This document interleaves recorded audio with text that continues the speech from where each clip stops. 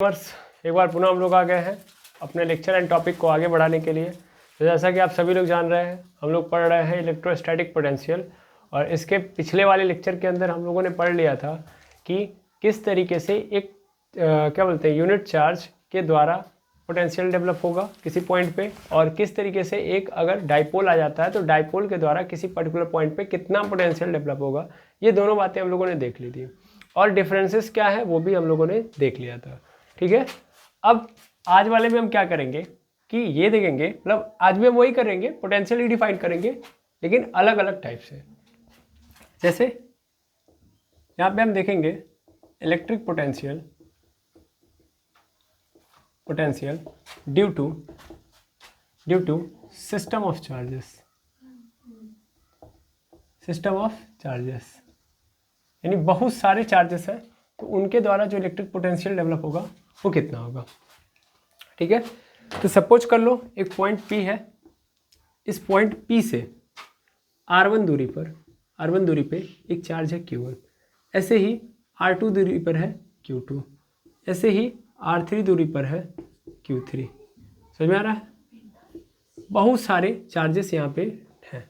ठीक है, dot dot dot dot dot, मैंने मान लिया कि Rn दूरी पर क्या है, Rn दूरी पर Qn है, मतलब बहुत सारे हैं, मैं कहने का मतलब ये है। ठीक है, तो अगर मुझे पोटेंशियल निकालना हो इन सभी चार्जेस के द्वारा इस पर्टिकुलर P पॉइंट पे, तो कैसे निकालेंगे? तो हम क्या करेंगे, बारी बारी हर चार्ज के द्वारा जितना पोटेंशियल इस पर्टिकुलर P पॉइंट पे डेवलप होगा उन सबको क्या कर देंगे, ऐड कर देंगे। बिकॉज इसका कारण क्या है, क्योंकि हमारा जो इलेक्ट्रिक पोटेंशियल है वो कैसा है, स्केलर है, तो स्केलर में कोई झंझट लेना है ही नहीं।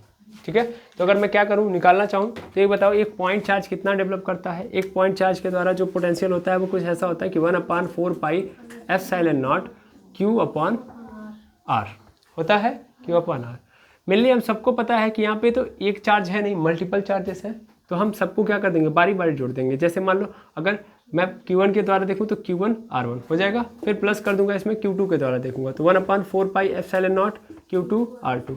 भाई Q2 इतना ही तो करेगा इस पर्टिकुलर पॉइंट पे, प्लस ऐसे ही मैं करूंगा यहाँ पे 1/4 पाई एप्सिलॉन Q3/R3, और ऐसे ही चलते जाएगा 1/4 पाई एप्सिलॉन यहाँ पे हो जाएगा Qn/Rn हो जाएगा।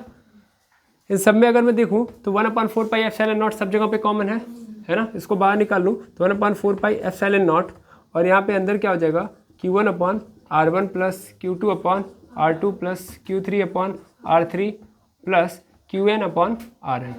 ठीक है ना, डॉट डॉट करके पहले लिख लो, बहुत सारे और भी होंगे, Qn/Rn हो गया। अब इस कंडीशन में ध्यान से देखना, मैं अगर इस पूरे को लिखना चाहूँ तो मैं ये भी लिख सकता हूँ कि भैया सबको जोड़ ही तो रहा हूँ मैं, तो मैं जोड़ूंगा, यानी V = क्या हो जाएगा, 1/4 पाई एप्सिलॉन हो जाएगा, और यहाँ पे सिग्मा लगा दूंगा क्योंकि समेशन ही अंदर हो रहा है। और सिग्मा में हम लोग क्या लेंगे, मेनली समझो, सब Q1 Q2 Q3 है, तो मैं यहाँ पे क्या लिख दूंगा, QI लिख दूंगा QI लिख दूंगा अपॉन RI लिख दूंगा, और यहाँ पे मैं लिख दूंगा कि I = क्या होगा, 1, मतलब मुझे 1 से लेके चलना है कहाँ तक, n तक, कहाँ तक, n तक है तो n तक। क्लियर है? थोड़ा सा मुझे इसको छोटा करने दीजिए, यहाँ पे क्या हो जाएगा, n तक, तो V की वैल्यू ये आ जाएगी पूरी की पूरी। ठीक है, तो इस तरीके से मैं सिस्टम ऑफ चार्जेस के द्वारा किसी पर्टिकुलर पॉइंट पे कितना पोटेंशियल डेवलप हो रहा है इस तरीके से निकाल लूंगा, और ये उसका क्या है, फॉर्मूला है। अदरवाइज सिंपल बेसिस पे करना तो ऐसे ही पड़ेगा आपको, बस ये छोटे में शॉर्टकट मतलब कंडेंस करके दे दिएगा कि भाई ये है फॉर्मूला। ठीक है, इतना बड़ा ना लिखना पड़े। क्लियर है? आई होप समझ में आ गया होगा कि कई सारे चार्जेस हैं तो उनके द्वारा एक पर्टिकुलर P पॉइंट पे कितना चार्ज डेवलप हो, पोटेंशियल डेवलप होगा, आप ऐसे निकाल लोगे। ठीक, चलिए अब अगर हम आगे बढ़े तो अब हम इलेक्ट्रो पोटेंशियल देखेंगे, मतलब इलेक्ट्रिक पोटेंशियल देखेंगे किसके द्वारा, तो अब देखेंगे हम लोग थिन स्फेरिकल चार्ज के द्वारा। तो यहाँ से हटाओ, मेरे पास फिर क्या आ गया, स्फेयर आ गया है, पतला सा थिन स्फेरिकल चार्जेस। ठीक है, या उससे भी पहले समझो, एक काम करते हैं, थिन स्फेरिकल चार्ज में क्या हो जाएगा, वही कहानी बन जाएगी कि स्फेरिकल चार्जेस के ऊपर जो होंगे मल्टीपल चार्जेस होंगे ना, तो उस कंडीशन में कंटिन्यूअस चार्ज डिस्ट्रीब्यूशन वाले कॉन्सेप्ट को लगाना है। तो सबसे पहले हम कंटिन्यूअस चार्ज डिस्ट्रीब्यूशन को समझ लें कि अगर मान लो कोई भी शेप है, अगर उस पर बहुत सारे चार्जेस है, दैट मीन्स कंटिन्यूअस चार्ज उसके ऊपर है, तो उसके द्वारा कितना इलेक्ट्रिक पोटेंशियल डेवलप होगा, उसके बाद हम स्फेरिकल वाले को पकड़ेंगे तो ज़्यादा अच्छा रहेगा। समझ में आ रहा है? कारण आपको समझ में आ रहा होगा, है ना, क्योंकि स्फेरिकल जब हम लेंगे तो उसके ऊपर बहुत सारे चार्जेस है, that means continuous charge distributed है। तो पहले हमको ये कॉन्सेप्ट तो समझना पड़ेगा कि कंटिन्यूअस चार्जेस डिस्ट्रीब्यूटेड है, तो फिर उस कंडीशन में कितना होगा हमारा, है ना। तो सबसे पहले हम देखते हैं कि due to continuous charge distribution,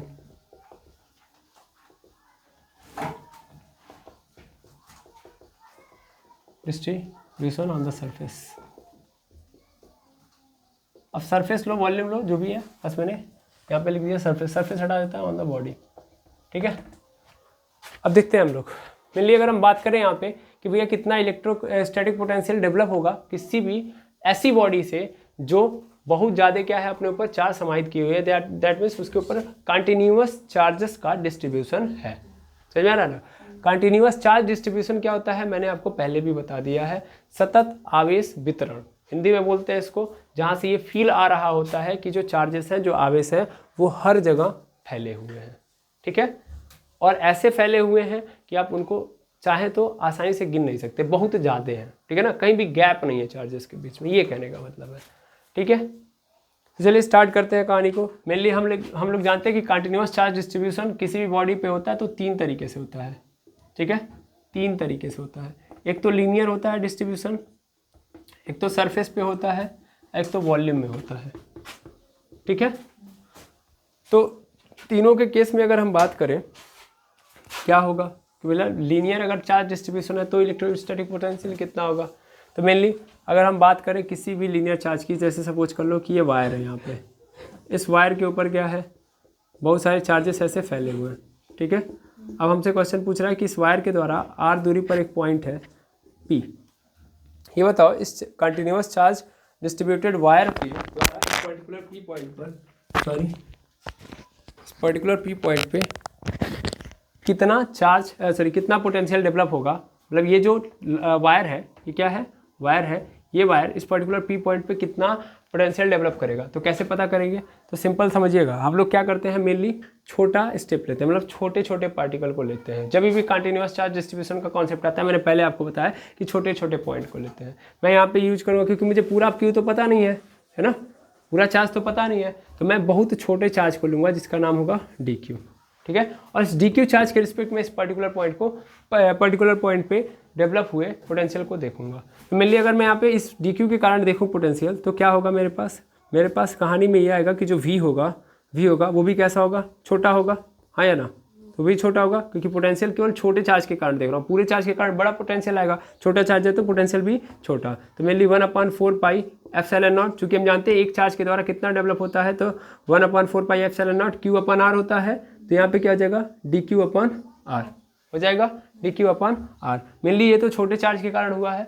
बड़ा चार्ज अगर हम लेंगे, मतलब सभी चार्जेस को लेंगे, सबको क्या करना पड़ेगा, जोड़ना पड़ेगा, दैट मीन्स क्या करना पड़ेगा मुझे, इंटीग्रेशन। तो इंटीग्रेशन कर दूंगा तो छोटे छोटे चार्जेस के कारण मतलब जो पोटेंशियल डेवलप हो रहा है मिलके बड़ा पोटेंशियल बन जाएगा। और यहाँ पे क्या होगा, ये और ये तो कॉमन है, इसको निकाल लो, मतलब ये तो चेंज नहीं हो रहा है, तो ये बाहर चला आएगा, दैट मीन्स क्या हमारे सामने बन जाएगा 1/4 pi epsilon naught into R।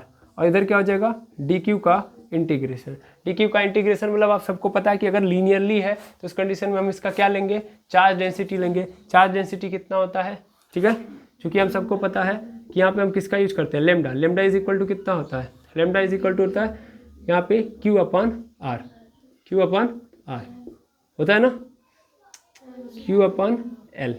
Q/L। अगर मैं इस वायर की लेंथ को क्या मान लूँ, L, तो ये लेमडा यानी charge density, linear charge density क्या होती है, Q/L। L को इधर कर दो, that means Q is equal to क्या गया, लेमडा L।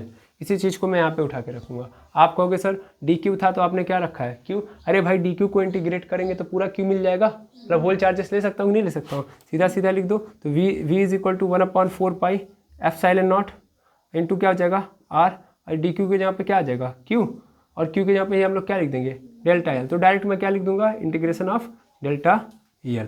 समझ में आ नहीं आया, और ये आपका क्या हो गया आंसर। क्लियर है?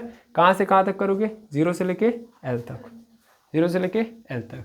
तो इस तरीके से आप किसी भी लीनियर कंटिन्यूअस चार्ज डिस्ट्रीब्यूशन के कारण जो पोटेंशियल डेवलप होगा किसी पॉइंट पे वो आप निकाल सकते हो। ठीक है, यहाँ से आप भूलिएगा मत। ठीक है, इस तरीके से निकालोगे। ऐसे ही सरफेस की कहानी आ जाएगी तो सरफेस की कहानी में सेम कहानी को लेके चलेंगे। ठीक है, मान लो अगर एक सरफेस है, उस सरफेस के ऊपर ऐसे बहुत सारे चार्जेस क्या हो गए हैं, डिस्ट्रीब्यूटेड हैं। ठीक है, तो उस कंडीशन में आप क्या करोगे?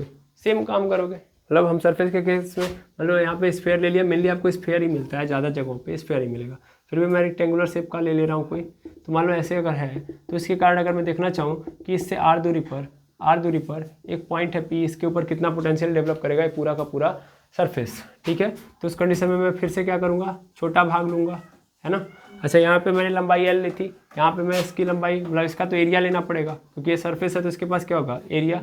तो मैं मान लेता हूँ कि छोटे से एरिया, छोटा एरिया मान लेता हूँ कितना है? DA है। क्या है? DA है। पूरा एरिया A होगा, छोटा एरिया क्या होगा इसका? DA। और एक पर्टिकुलर पॉइंट r दूरी पर रखा गया है। ठीक है, तो अगर मैं पोटेंशियल निकालूंगा इस छोटे के कारण तो क्या होगा? dV is equal to 1/4 pi epsilon naught, और क्या हो जाएगा? इसके कारण DA मतलब D एरिया पे निकाला जा रहा है तो इसके चार्जेस भी क्या होंगे? बहुत छोटे होंगे, हाँ या ना। DQ भाई छोटी लेंथ ली थी तो छोटा चार्ज मिला था, वैसे ही छोटे एरिया में छोटा ही चार्ज मिलेगा ना, पूरा तो मिल नहीं रहा है, पूरे के रिस्पेक्ट में ये बहुत छोटा है, इसलिए पोटेंशियल भी पूरे के रिस्पेक्ट में क्या है? बहुत छोटा है। तो मेनली अगर हम देखेंगे तो DQ के द्वारा जो पोटेंशियल इस P पे दिया जाएगा वो DQ/R हो जाएगा। फिर से यहाँ से फिर से मैं चेंज करूँ, दैट मीन्स क्या लिख सकता हूँ? dV इज इक्वल टू यहाँ पे पुनः 1/4 पाई एप्सिलॉन नॉट, और यहाँ से क्या आ जाएगा? R। और यहाँ पे देखेंगे ध्यान से तो ये DQ और इसका पूरा क्या करना पड़ेगा? इंटीग्रेशन। बिना इंटीग्रेशन के तो होगा नहीं। मैंने देखो इंटीग्रेशन यहाँ से लगाया क्योंकि ये तो कॉमन है ना, सॉरी कांस्टेंट है, तो यहाँ पे क्या हो जाएगा? V हो जाएगा, और यहाँ से क्या निकल के आ जाएगा? फिर से वही कहानी बनेगी DQ वाली। DQ आ गया तो DQ की जगह पे हम लोग क्या लिखेंगे? DQ की जगह पे हम लोग पुनः वही चीज़ लिखेंगे कि इसकी चार्ज डेंसिटी लिखेंगे, चूँकि यहाँ पे हम किसका यूज करते हैं? सिग्मा का। सिग्मा इज इक्वल टू क्या होता है? Q upon A। कितना सॉरी पर यूनिट एरिया के अंदर कितना चार्ज डिस्ट्रीब्यूटेड है उसी को हम लोग क्या बोलते हैं? उसकी चार्ज डेंसिटी यानी सरफेस चार्ज डेंसिटी बोलते हैं। तो यहाँ पे हम सिग्मा का यूज करेंगे, ए को इधर कर देंगे तो दैट मीन्स क्या मिल जाएगा मुझे? V is equal to 1/4 pi epsilon naught, यहाँ पे क्या हो जाएगा? R, और इसकी जगह पे क्या डाल देंगे हम लोग? Sigma into A। अच्छा, कई लोगों के मन में कन्फ्यूजन होगा कि चूंकि ये छोटे एरिया के लिए है तो इसलिए मैं छोटा ही लेके चलूँ तो ज़्यादा बेटर है। ठीक है ना, जैसे यहाँ पे भी आप चाहते तो ये कर सकते थे, जैसे हमने वो छोटी लेंथ ली थी DL, तो हम यहाँ पे लिख सकते थे DQ/DL। इसको इधर कर देता तो मेरे सामने क्या आ जाता? ऐसे आ जाता है ना, लैम्डा इंटू DL आ जाता। वही सेम कहानी यहाँ पे भी कर लो, तब ज़्यादा आपको अच्छा लगेगा, इसीलिए मैं कह रहा हूँ ये सिग्मा इंटू DA, और कहाँ से लेके? 0 से लेके A तक, और ये हमारा क्या होगा? फाइनल आंसर, यानी यहाँ से पोटेंशियल इतना निकल के आएगा।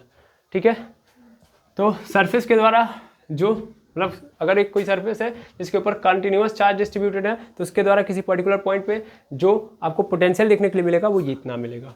ठीक है, ऐसे ही हम वॉल्यूम के थ्रू देखना चाहें तो वॉल्यूम के थ्रू भी सेम केस में चलेगा। अब मुझे नहीं लगता कि बार बार मैं एक ही चीज़ को प्रूफ कराऊँ तो आपको समझ में आएगा। अब आप पकड़ चुके होंगे तो डायरेक्ट आप यहाँ पे क्या लिख लो? इसका फॉर्मूला। ठीक है ना, तो अगर मैं पोटेंशियल निकालूंगा तो बस यहाँ पे क्या होगा? सिग्मा की जगह पे क्या आ जाएगा? लेमडा आ जाए, सॉरी रो आ जाएगा, है ना, यानी यहाँ पे आएगा क्या? 1/4 पाई एप्सिलॉन नॉट, यहाँ पे क्या आ जाएगा?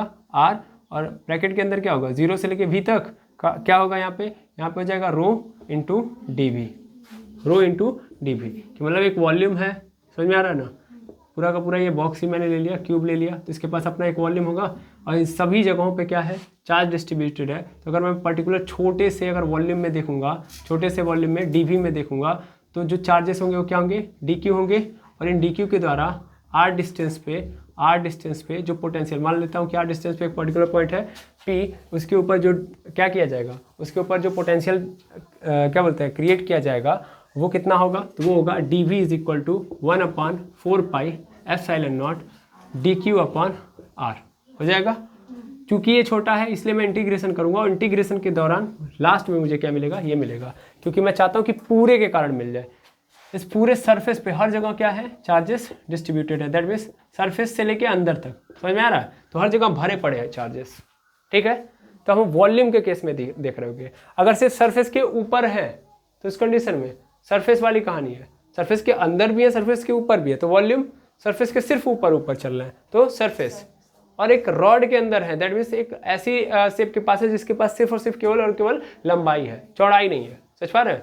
यानी एरिया नहीं है, केवल और केवल लंबाई है, तो उस कंडीशन में हम लोग लेंगे लीनियर चार्ज डिस्ट्रीब्यूशन। और आई होप आपको सभी जगहों पे पता चल गया होगा कि हम पोटेंशियल उसका कैसे निकालेंगे। क्लियर है?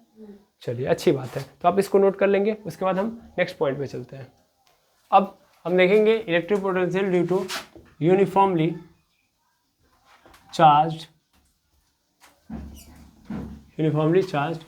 thin spherical cell।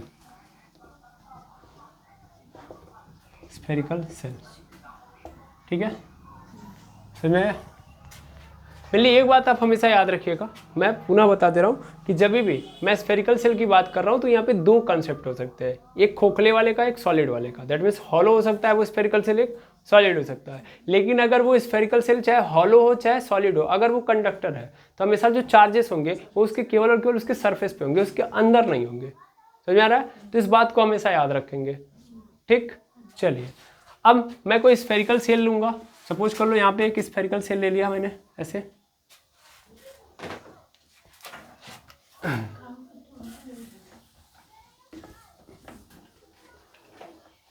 तो स्फेरिकल सेल है, इसका क्या है? सेंटर है। अब इस स्फेरिकल सेल के सेंटर पे हम बैठे हुए हैं, सपोज कर लीजिए, और इसके ऊपर जैसा कि सभी हेडिंग के अंदर देख पा रहे होंगे कि इसके ऊपर कैसा है, जो चार्ज है वो यूनिफॉर्मली क्या है? डिस्ट्रीब्यूटेड है। समझ में आ रहा है? यूनिफॉर्मली डिस्ट्रीब्यूटेड है, यानी यूनिफॉर्म है, हर जगह पे बराबर है। इस साइड जाऊंगा तो ऐसा नहीं कि 10 चार्जेस है, इधर जाऊंगा तो 20 चार्जेस हो गए। समझ में आ रहा है? तो हर जगह पे पर्टिकुलर एरिया में देखोगे तो हर जगह पे चार्जेस क्या है? बराबर है। अब मैं देखूंगा कि इस पूरे स्फेरिकल के सेल के कारण अलग अलग पॉइंट पे कितना पोटेंशियल होता है। समझ पा रहे हो? अलग अलग पॉइंट, मतलब मान लो ये स्फेरिकल सेल है, इस स्फेरिकल सेल से कुछ दूरी पे, जैसे मैं समझ लेता हूँ कि बाहर एक पॉइंट है P। अगर ये पॉइंट P बाहर है तो इस स्फेरिकल सेल से कुछ दूरी पर पॉइंट जो है उस पर कितना इलेक्ट्रिक पोटेंशियल डेवलप हो रहा है। फिर इसी पॉइंट को मैं उठा के यहाँ पे कर दूँ, दैट मीन्स एक दूसरा पॉइंट ले लेता हूँ Q, जो इसके सरफेस पे लाई कर रहा है। समझ में आ रहा है? तो इस Q पे कितना इलेक्ट्रोस्टैटिक पोटेंशियल है। फिर अंदर चला जा रहा हूँ और मैंने ले लिया R। ठीक है, R नहीं लीजिएगा, PQ, तो इसको S ले लीजिएगा। R क्यों नहीं लीजिएगा? क्योंकि रेडियस अभी हमको लेना है। ठीक है, तो मैंने क्या ले लिया है? सपोज करिए कि एक पॉइंट है यहाँ पे S, इस S पे जो इसके अंदर है, इस स्फेरिकल सेल के अंदर है, इस पॉइंट पे कितना इलेक्ट्रोस्टैटिक पोटेंशियल होगा। ठीक है, चलिए स्टार्ट करते हैं और देखते हैं। मेनली सपोज करिए कि स्फेरिकल सेल है तो 100% इसके पास क्या है? अपना रेडियस है। मैंने मान लिया इसका रेडियस क्या है? R है। और इस स्फेरिकल सेल से इस Q को तो मैं थोड़ा देर के लिए हटा दे रहा हूँ या किनारे कर दे रहा हूँ, और ये X नहीं है, ये चार्जेस है प्लस। ठीक है, और यहाँ से R दूरी पर ये पॉइंट है P, जो इसके कहाँ पे है? बाहर है। ठीक है, तो सबसे पहला केस मैं देख रहा हूँ आउटसाइड वाला। एक पॉइंट आउटसाइड है तो वो आउटसाइड पॉइंट पे या स्फेरिकल सेल से बाहर अगर कोई पॉइंट है तो उसके ऊपर कितना इलेक्ट्रोस्टैटिक पोटेंशियल डेवलप होगा। तो मैंने बोला कि अंदर का रेडियस R है और इसके स्फेरिकल सेल से ये जो P पॉइंट है वो स्मॉल r दूरी पर है। क्लियर है? तो अगर मैं इस पर्टिकुलर P पॉइंट पे पोटेंशियल देखना चाहूँ तो कितना होगा। ठीक है, तो देखिएगा ये पूरा स्फेरिकल सेल है, इस स्फेरिकल सेल के थ्रू मतलब थ्रू आउट यहाँ पे देख रहा हूँ मैं।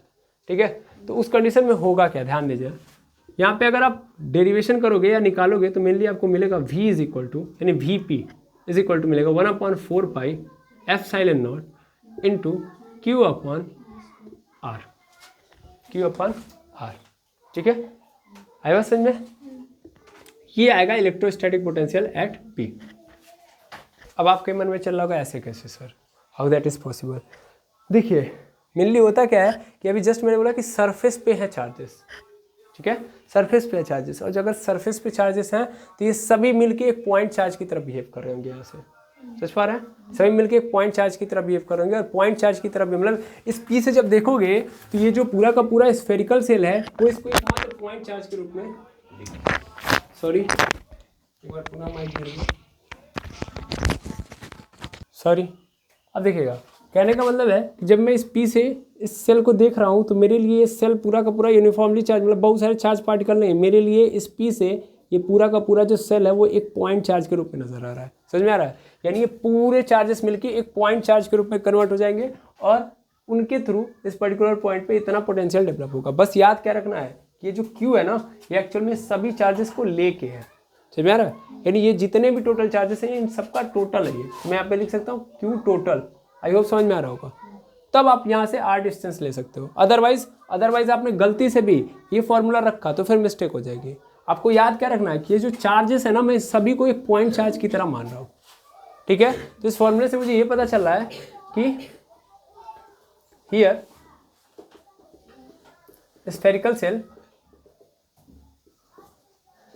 cell act like a point charge, ठीक है?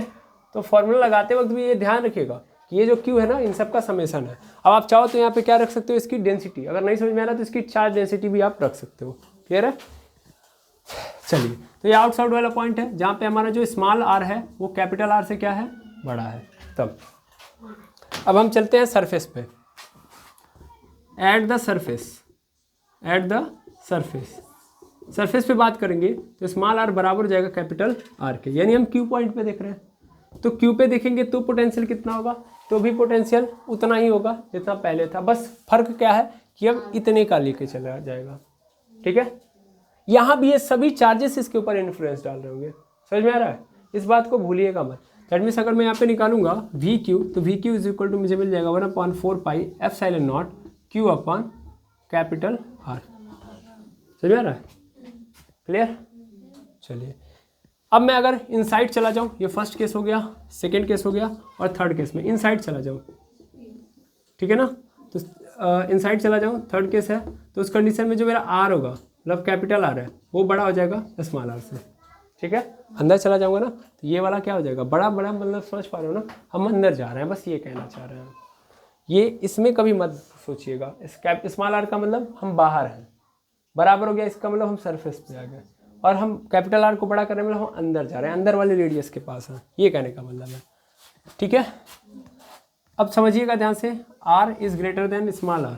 इनसाइड वाले केस में क्या होगा कि मैं अगर इस स्ट्रेस पे देखूँ तो VS इज इक्वल टू मुझे क्या नजर आएगा, तो VS इज इक्वल टू मुझे पुनः वही चीज़ें नजर आएंगी। That means 1/4 pi epsilon naught Q upon capital R। VS is equal to 1/4 pi epsilon naught, और अंदर भी हमको क्या मिलेगा, यही मिलेगा, मतलब सरफेस पे भी वही, अंदर भी वही, क्योंकि अंदर जाओ या सरफेस पे रहो, जो ग्रेविटेशनल फील्ड होती है, सॉरी इलेक्ट्रोस्टैटिक पोटेंशियल जो होता है वो कांस्टेंट हो जाता है। समझ में आ रहा है? वो सरफेस पे भी और अंदर भी जाओगे तो सरफेस से लेके अंदर तक पूरा का पूरा क्या होता है, कांस्टेंट। कई लोगों के मन में अब चलेगा आखिर ऐसा क्यों, इसका कारण है कि अंदर इलेक्ट्रिक फील्ड जीरो हो जाती है। समझ में आ रहा है? इलेक्ट्रिक फील्ड क्या है, जीरो। और आगे जस्ट इसके बाद वाला जो टॉपिक है उसमें हम देखेंगे relation between electrostatic potential and electric field, जहाँ पे हम ये समझेंगे, क्या समझेंगे कि भैया electric field is equal to होता है माइनस dV अपॉन dr, ठीक है? dV upon dr। और जबकि हम जानते हैं कि हम अंदर जाएंगे, E इनसाइड क्या होता है, मतलब अगर हम बात करें E अगर अंदर चला गया, इनसाइड केस है, तो क्या मिलेगा, जीरो। तो अंदर जाऊंगा तो जीरो मिल गया, तो मान लो यहाँ पे क्या रख दूंगा, zero dV upon dr, minus लगा लेना, और dr को इधर कर दो तो क्या मिल जाएगा मुझे, dV is equal to zero, dV is equal to zero. और dV is equal to zero का मतलब जो चेंज आ रहा है dV के अंदर वो क्या है, जीरो है। ये dV का मतलब आप पकड़िएगा, ये चेंज बता रहा है, change in potential, sorry change in electrostatic potential. dV का मतलब चेंज इन इलेक्ट्रोस्टैटिक पोटेंशियल, लिखा है चेंज इन इलेक्ट्रोस्टैटिक पोटेंशियल। समझ में आ रहा है? वो क्या बता दिया इसने, जीरो। और चेंज जीरो इसका मतलब कांस्टेंट है, जैसे चेंज इन स्पीड जीरो है, चेंज इन स्पीड जीरो है, दैट मीन्स क्या है, स्पीड कांस्टेंट है। चेंज इन स्पीड जीरो है, दैट मीन्स स्पीड क्या है, कांस्टेंट है। यानी सरफेस पे और सरफेस के अंदर ग्रेविटेशनल पोटेंशियल जो होता है, इलेक्ट्रोस्टैटिक पोटेंशियल जो होता है वो क्या होता है, हमेशा इक्वल होता है। आई बात समझ में? वो जीरो नहीं होता, कांस्टेंट होता है। अब आप अंदर जाते रहो, कहीं भी जाओ, हर जगह पे क्या होगा, बराबर होगा। समझ में आया? क्लियर है? बिल्कुल। तो इस बात को आप क्या कर लेंगे, नोट कर लेंगे, ठीक है? ये बहुत इंपॉर्टेंट है। बाहर जाओगे तो ये पॉइंट चार्ज की तरह बिहेव करेंगे, सरफेस पे आ गया, सरफेस के अंदर जाओगे तो दोनों क्या होंगे, सेम होंगे, क्योंकि अब इलेक्ट्रोस्टैटिक पोटेंशियल में चेंज आता ही नहीं है, ठीक है? अंदर इलेक्ट्रिक फील्ड क्या है, जीरो है। इसको आप नोट करिए। मेनली जैसे कि आप सभी लोग जानते हैं, ऐसे हम लोग इलेक्ट्रिक फील्ड भी देख रहे थे थिन स्फेरिकल सेल के अंदर, तो वहाँ भी सेम कहानी थी। कि हम लोग पहले ये निकाल रहे थे अलग अलग पॉइंट्स पे और उसके बाद इसका ग्राफ बना रहे थे। तो यहाँ हम ग्राफ बनाएंगे, ठीक है। तो ग्राफ कैसे बनेगा ध्यान से समझिएगा। तो मेनली हमने यहाँ पे क्या ले लिया, v ले लिया, इधर क्या ले लिया, डिस्टेंस, ठीक है। तो आप जानते हो कि देखो अगर हम अंदर रहे हैं, मतलब अंदर जब तक हैं हम इसके, तो हर जगह पे क्या है, कांस्टेंट है। तो कांस्टेंट होने का मतलब अगर मैं यहाँ से लाइन ड्रॉ करूँ तो कुछ ऐसे जाएगी, जैसा नो सीधी जाएगी, बदल रही नहीं है। कब तक, जब तक हम इसके सरफेस पे हैं, है ना। जब हम सरफेस से बाहर जाएंगे तो इसका इलेक्ट्रोस्टैटिक पोटेंशियल जो है क्या होना स्टार्ट हो जाएगा, कम होना स्टार्ट हो जाएगा, यस नो, हाँ या ना। तो इसका जो ग्राफ बनेगा किसका, v एंड r, ठीक है। तो कुछ इस तरीके से बनेगा कि अंदर जब तक है तब तक देखिए क्या है, तब तक कांस्टेंट है। यहाँ पे क्या नज़र आ रहा है, कांस्टेंट। और जब हम बाहर निकल रहे हैं तो क्या हो रहा है, घट रहा है। जितना दूर जाएंगे पोटेंशियल उतना कम होता जाएगा। दैट मीन्स हम लिख सकते हैं v is inverse proportional to 1/r, ऐसा नो। यहाँ से यही समझ में आया और यही लिखेंगे भी, क्लियर है। अब अगर थोड़ा सा फील कर पाओ यार तो दिख भी रहा है कि यहाँ पे वेलोसिटी भी ऐसे ही ट्रीट कर रही है जैसे इलेक्ट्रिक फील्ड ट्रीट करती है। गलत बोल रहा हूँ मैं, पोटेंशियल है ये, ठीक है। That means potential, electrostatic potential भी वैसे ही बिहेव कर रहा है जैसे हमारा इलेक्ट्रिक फील्ड बिहेव करता था। ज़्यादा डिफरेंस नज़र नहीं आ रहा है, चीज़ें सिमिलर चल रही है, फॉर्मूले भी लगभग सिमिलर है, बस वहाँ पे r² था, यहाँ पे r है, बस इतना सा चेंज है। समझ पा रहे हैं। तो मेनली इलेक्ट्रोस्टैटिक जो फील्ड थी या इलेक्ट्रिक फील्ड जो थी वो क्या कर रही थी, तो एक पर्टिकुलर पॉइंट पे कितना फोर्स लगा सकता है एक चार्ज, उसको दिखा रही थी, यानी एक चार्ज की पावर को दिखा रही थी। वैसे ही इलेक्ट्रोस्टैटिक पोटेंशियल भी पावर ही दिखा रही है, लेकिन तरीका अलग है उसका। समझ पा रहे हैं, ये भी वही दिखा रही है लेकिन तरीका अलग है उसका। लेकिन बातें दोनों एक ही कर रहे हैं कि एक पर्टिकुलर पॉइंट पे ये कितना फोर्स लगा सकता है, इलेक्ट्रिक फील्ड है, या एक पर्टिकुलर फोर्स तक ये कितना अपने अंदर से पावर जनरेट कर सकता है, वो है हमारा इलेक्ट्रोस्टैटिक पोटेंशियल, ठीक है। तो जैसा कि हमने बोला कि इन दोनों के अंदर सिमिलरिटीज नजर आ रही हैं, तो चलिए देख ही लेते हैं कि आखिर इनके बीच में मतलब रिश्ता क्या है, ठीक है। चलिए टॉपिक का नाम हम क्या डालेंगे, टॉपिक का नाम डालेंगे हम लोग relation between electric field and potential, ठीक है।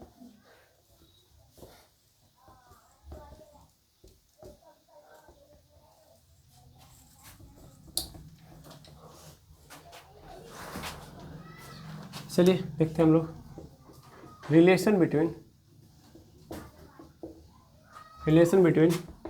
Electric field and static potential.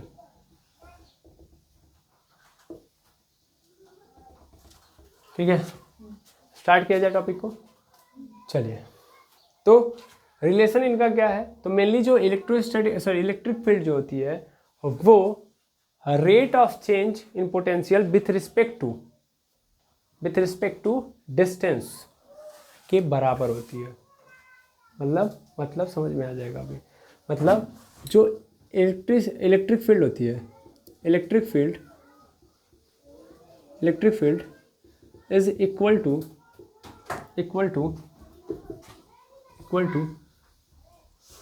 Rate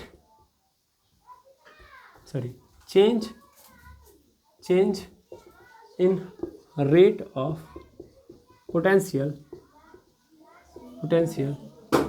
with respect to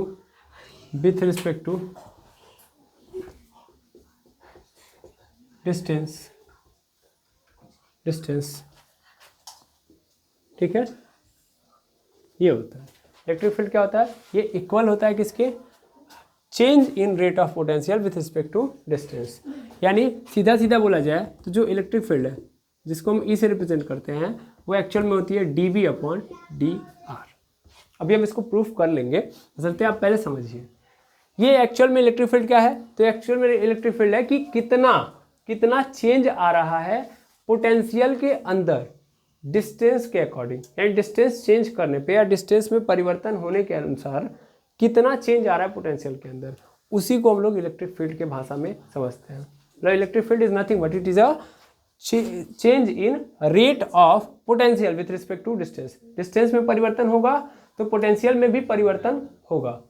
अब वो जो परिवर्तन है उसी परिवर्तन को हम लोग ई के नाम से रिप्रेजेंट कर रहे हैं। दैट मीन्स इलेक्ट्रिक फील्ड यहाँ पे दूसरा काम कर रही है। वहाँ पे ये बोला जा रहा है कि इलेक्ट्रिक फील्ड मतलब कि एक पर्टिकुलर पॉइंट पे एक चार्ज कितना फोर्स लगा सकता है, दैट इज इलेक्ट्रिक फील्ड, है ना। यहाँ पे इलेक्ट्रिक फील्ड कह रही है कि भैया डिस्टेंस के अकॉर्डिंग किसी क्या बोलते हैं, सॉरी, किसी चार्ज के ऊपर या किसी चार्ज द्वारा कितना पोटेंशियल में क्या लाया जा रहा है, चेंज लाया जा रहा है, किसी चार्ज के पोटेंशियल में कितना चेंज आ रहा है, इसको इलेक्ट्रिक फील्ड बोलते हैं।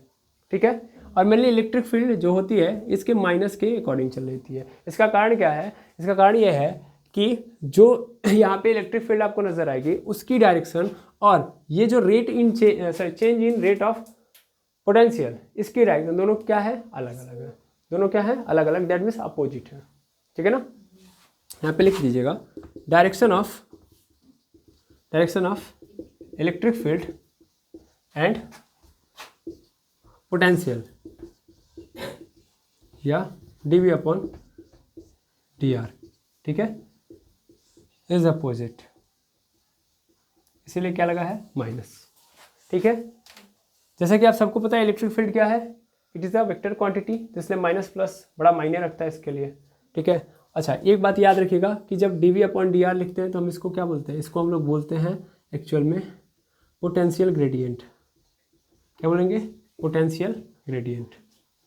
तो हम ये भी बोल सकते थे कि एक्चुअल में इलेक्ट्रिक फील्ड पोटेंशियल ग्रेडियंट के क्या होती है, बराबर होती है, या उसके निगेटिव के बराबर होती है। ठीक है। यहाँ पे निगेटिव क्या बता रहा है, वी इलेक्ट्रिक फील्ड और dV upon dr, that means potential gradient की जो डायरेक्शन वो क्या है, डिफरेंट है। ठीक है। आई बात समझ में। अभी आपको फील भी आ जाएगा, टेंशन मत लीजिएगा कि ई कहाँ से आया है। ठीक है। तो ये सब बातें हमको समझ लेनी है। फिलहाल में आप क्या समझेंगे कि इलेक्ट्रिक फील्ड यहाँ पे क्या समझा रहा है, इलेक्ट्रिक फील्ड ये बता रहा है कि भैया डिस्टेंस बदलने पे कितना चेंज आ रहा है किसी के भी पोटेंशियल में, मतलब किसी चार्ज के पोटेंशियल में कितना चेंज आ रहा है, उसी चेंज को दिखा रहा है यहाँ पे इलेक्ट्रिक फील्ड। ठीक है। तो सबसे पहले आप इतना नोट करेंगे, फिर हम इसके डेरिवेशन को देखेंगे जहाँ पे हम बहुत सारी बातें समझ लेंगे। चलिए, तो मेनली हम समझते हैं कि मेरे पास एक है पॉजिटिव चार्ज। ठीक है। और ये जो पॉजिटिव चार्ज है, यहाँ से कुछ दूरी पर एक पॉइंट है ए, ये पॉजिटिव चार्ज है। इस पॉजिटिव चार्ज से कुछ दूरी पर एक पॉइंट है ए। ठीक है। इस ए पॉइंट पे अगर मैं क्या देखूं, इस पॉजिटिव चार्ज के कारण पोटेंशियल तो कितना होगा, VA होगा, हाँ या ना।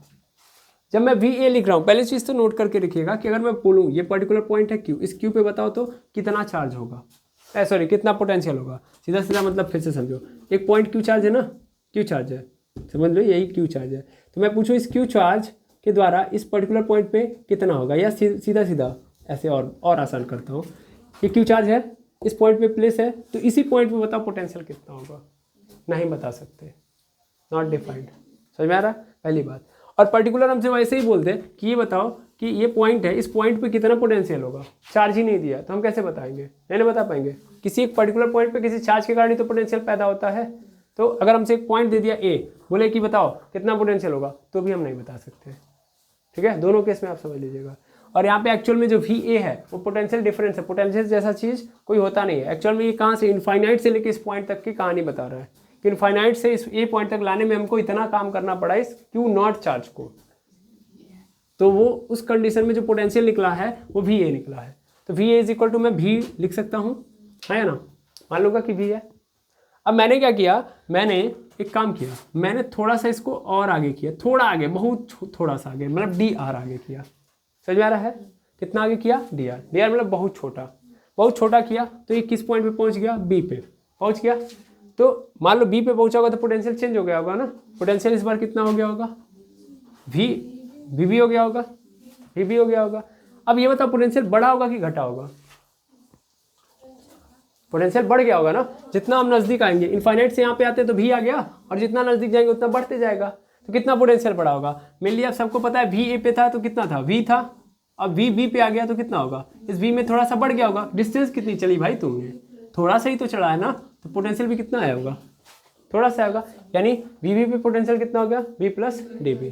अच्छा, अगर मैं बात करूं इस ए पॉइंट पे इस Q नॉट के द्वारा जो इलेक्ट्रिक फील्ड पैदा किया गया है, उस इलेक्ट्रिक फील्ड की डायरेक्शन कितनी किधर होगी। नॉट कितनी होगी, पहले इलेक्ट्रिक फील्ड की डायरेक्शन किधर की ओर होगी, तो प्लस है तो हमेशा इससे दूर होगी, यानी इधर की ओर होगी, है ना। इलेक्ट्रिक फील्ड की डायरेक्शन इधर की ओर होगी कि नहीं होगी, तो ये इलेक्ट्रिक फील्ड है। अच्छा, थोड़ा सा ध्यान देना, यही कारण है, समझना जरूरी है, अगर नहीं समझोगे तो फिर प्रॉब्लम क्रिएट होगी। मेनली इलेक्ट्रिक फील्ड क्या चाहता है कि जो चार्ज है वो किधर की ओर भागे, बाहर की ओर भागे। इसके द्वारा तो यही लग रहा है ना कि फोर्स किधर की ओर लग रहा है, इधर की ओर, ठीक है। और ये जो Q है, मतलब Q के कारण लग रहा है, तो अगर मैं यहाँ पे बात कर लूँ, यहाँ पे अगर मैं बात करूँ फोर्स की, चलो फोर्स की E के टर्म में देखें तो E इज इक्वल टू क्या होता है, F/Q होता है ना, यही तो होता है, E is equal to F/Q। इसमें कोई दुविधा तो नहीं ना है, Q0 होता है, सॉरी, मतलब Q0 मतलब जो चार्ज आप लेके आ रहे थे होता है। इस Q0 को अगर मैं इधर कर दूं तो क्या मिल जाएगा मुझे, F is equal to E into Q0 होगा। बिल्ली मैं ये वाला टर्मिनोलॉजी हटा रहा हूँ, ये वाला, ठीक है, मतलब तीर हटा रहा हूँ, डायरेक्ट इसका मैग्नीट्यूड लिख रहा हूँ, मैग्नीट्यूड फॉर्म। तो F is equal to E Q0। बिल्ली मैं आपसे क्वेश्चन पूछूं कि F की डायरेक्शन किधर की ओर है, F की डायरेक्शन किधर की ओर है, सर F की डायरेक्शन है इधर की ओर, फोर्स इधर लग रहा है, हम चार्ज को किधर लेके आ रहे हैं, इधर की ओर, तो फोर्स उधर लग रहा है, डिस्प्लेसमेंट इधर, तो फोर्स कैसा है यहाँ पे, निगेटिव है ना, यहाँ पे तो फोर्स कैसा है, निगेटिव है, तो ये निगेटिव है, तो इस कंडीशन में ये पूरा का पूरा निगेटिव हो जाएगा, यानी F is equal to minus E Q0 मिल गया, है ना। अब मैं अगर यहाँ पे वर्क डन निकालूँ तो, अगर मैं यहाँ पे क्या निकालूँ, वर्क डन, तो वर्क डन मिल सकता है मुझे, है ना। कितना वर्क डन देखना चाहते हो, सर A से B तक कितना वर्क डन किया गया है, इस फोर्स के कारण, फोर्स मिला है ना, इस फोर्स के कारण कितना वर्क डन किया गया है। देखो अभी मैं इसको माइनस नहीं लूंगा, अभी कैसे माइनस ले सकता हूँ, ये भी तो बेवकूफ़ी है मेरी। E इज इक्वल टू क्या होता है, कितना फोर्स लगा बटा कितना डिस्प्लेसमेंट हुआ, यही है ना, तो अभी तो यही होगा। जब मैं वर्क डन निकालूंगा A to B तब होगा ना, A से B तक मैं जाऊंगा तब वर्क डन क्या होगा, वहाँ पे निगेटिव होगा। कैसे निगेटिव आएगा, क्योंकि फोर्स इधर की ओर लग रही है, इलेक्ट्रिक फील्ड की डायरेक्शन इधर की ओर है। जैसे मैंने वहाँ पे बताया था कि यहाँ पे इलेक्ट्रिक फील्ड की डायरेक्शन वही होती है जो फोर्स की डायरेक्शन होती है। जब मैंने इलेक्ट्रिक फील्ड पढ़ाया था, हाँ ना, फोर्स की होती है। अब भाई फोर्स कैसे इधर क्यों लग रहा है, पहले तो यही तो देख लो, हम Q0 लेके आ रहे हैं, पॉजिटिव टेस्टिंग चार्ज है, ये भी Q0 है, तो ये इधर की ओर थोड़ा लगेगा, तो फोर्स की डायरेक्शन इधर है, इसीलिए इलेक्ट्रिक फील्ड की डायरेक्शन इधर है, पहले ये बात ध्यान देना। अब मैं वर्क डन इस फोर्स के कारण अगर इसके कारण निकालूं तो मेरे सामने क्या आएगा भाई, कितना A से लेके B तक डिस्प्लेसमेंट कितना हुआ है, dr हुआ है, और फोर्स कितना लगाया, यही लगाया हूँ, है ना। देखना यहाँ पे F इंटू dr हुआ, अच्छे से समझो। अब मैं अगर इसको, ये तो क्या है, वेक्टर फॉर्मेट में है, वेक्टर फॉर्मेट में अगर मैं इसको क्या करूं, चेंज कर दूं, तो अच्छा मैंने देखो यहाँ पे बिना सोचे समझे यहाँ पे निकाल के रख दिया, बिकॉज दोनों की डायरेक्शन सेम होती है, इसलिए मैंने यहाँ पे क्या किया, एरो हटा दिया। यहाँ पे वैसे ही नहीं हटाऊंगा, जब मैं यहाँ पे हटाऊंगा तो यहाँ पे कॉस लेना पड़ेगा और एंगल बताना पड़ेगा, तो कॉस क्या हो जाएगा 180। रीजन देखो, फोर्स इधर की ओर लग रहा है और dr इधर की ओर है ना, डिस्प्लेसमेंट इधर, फोर्स इधर, तो इसका मतलब एंगल कितना 180, इसलिए cos 180, और cos 180 की वैल्यू -1, तो minus F into dr, F की वैल्यू रख दो, तो F की वैल्यू कितनी हो जाएगी E Q0 dr, यानी वर्क A to B कितना हुआ, समझ में आया कि नहीं आया, तो वर्क डन इतना हो गया।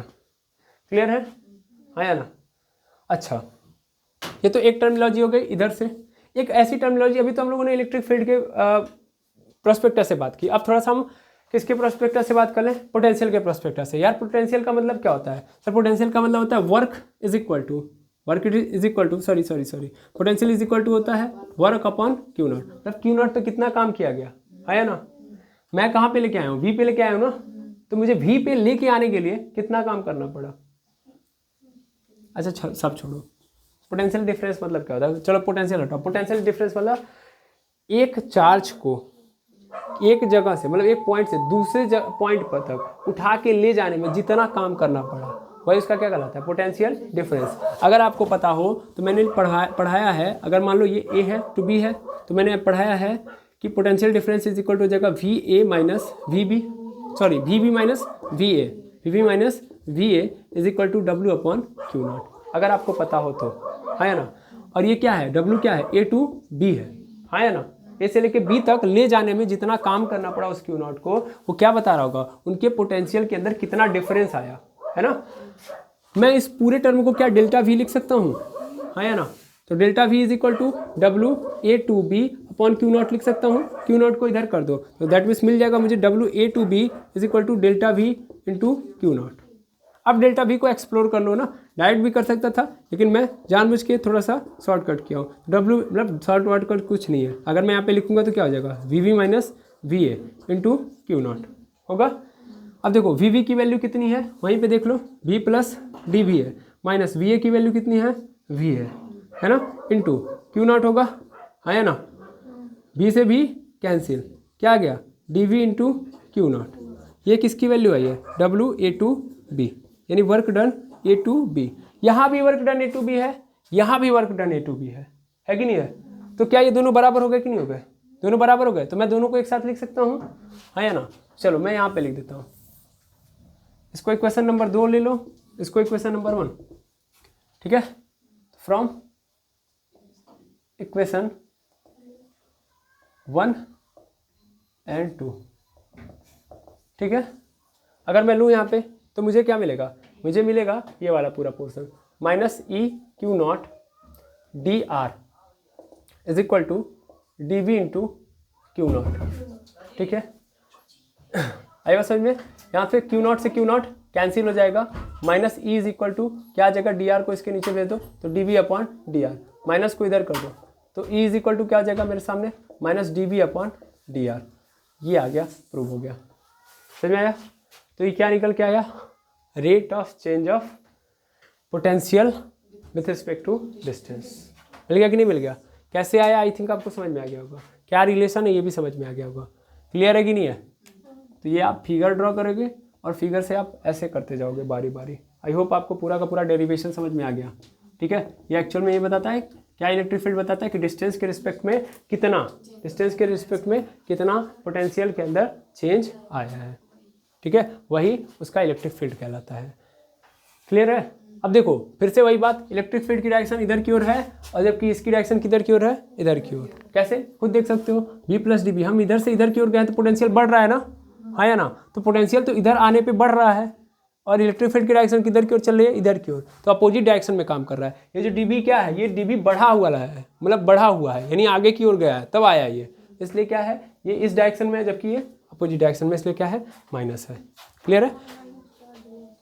हाँ, माइनस चार्ज लेंगे तो फिनोमेना थोड़ा चेंज हो जाएगा। चेंज क्या होगा कि भैया काम जो होगा वो आल्सो चेंज हो जाएगा, उसमें कंफ्यूज होने जैसी चीज़ कुछ भी नहीं है। इलेक्ट्रिक फील्ड की भी डायरेक्शन इधर हो जाएगी, समझ में आ रहा है ना। हमको पता है, देखो डेरिवेशन ही मूलभूत बातें बताता है, मतलब डेरिवेशन बता रहा है कि हमने किसके लिए काम किया है, प्लस के लिए किया है। तो जब भी हम ये फॉर्मूला यूज़ कर रहे हैं तो हमेशा पॉजिटिव के लिए लेंगे, निगेटिव चार्ज आएगा तो वहाँ पे चीज़ें चेंज हो जाएंगी, अपने आप चेंज होंगी, माइनस फिर किस में कन्वर्ट हो जाएगा, प्लस में, समझ में आ रहा है। और मेनली अगर आप जितना आगे लेके जाओगे तो पोटेंशियल तो घटेगा ना, फिर थोड़ा ये भी तो समझो। तब माइनस के केस में तो पोटेंशियल जितना आगे जाओगे उतना घटेगा, जितना दूर रखोगे उतना ज़्यादा क्या रहेगा, उसके पास ज़्यादा रहेगा ना, समझ पा रहे हो। मेनली स्प्रिंग का केस समझो, potential is nothing but it is a spring. Spring के कॉन्सेप्ट पे, मतलब मैंने ये नहीं बोला पोटेंशियल को स्प्रिंग मान लो, मैंने ये बोला, मतलब ये बोलना चाहता हूँ कि पोटेंशियल के कॉन्सेप्ट को स्प्रिंग के कॉन्सेप्ट से लेके जाओ, समझ पा रहे हो। स्प्रिंग के अंदर क्या होता है कि जितना हम खींचेंगे तो उसके पास एनर्जी स्टोर होती जाती है। पोटेंशियल यही कहता है कि भाई तुम मुझे ऐसे पोजीशन पे रखो जहाँ से मुझे एनर्जी मिले, समझ पा रहे हो, तो एनर्जी मुझे मिलती जाए, बस वही कॉन्सेप्ट आपको लगाना है। ये आप नोट डाउन करेंगे।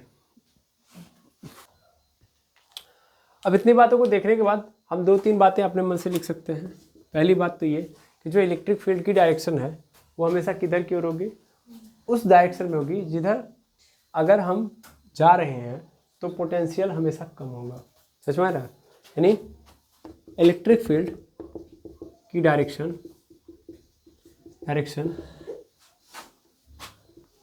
उस दिशा में होगी या उस डायरेक्शन में होगी, दिशा में होगी, डायरेक्शन में होगी जिधर पोटेंशियल डिक्रीज हो रहा होगा, ठीक है, डिक्रीज हो रहा होगा, ये याद रखेंगे, ठीक है। दूसरी बात ये कि जो मैग्नीट्यूड होता है, मैग्नीट्यूड ऑफ इलेक्ट्रिक फील्ड, वो होता है चेंज इन पोटेंशियल। किसके बराबर होता है, change in potential potential in per unit area, per unit displacement. ठीक है, वही चीज़ बोलो चाहे ऊपर वाली बोल दो, ये मैग्नीट्यूड की बात हो रही है, पर यूनिट डिस्प्लेसमेंट। ठीक है, और इस पूरे को हम लोग क्या बोलते हैं, पोटेंशियल ग्रेडियंट।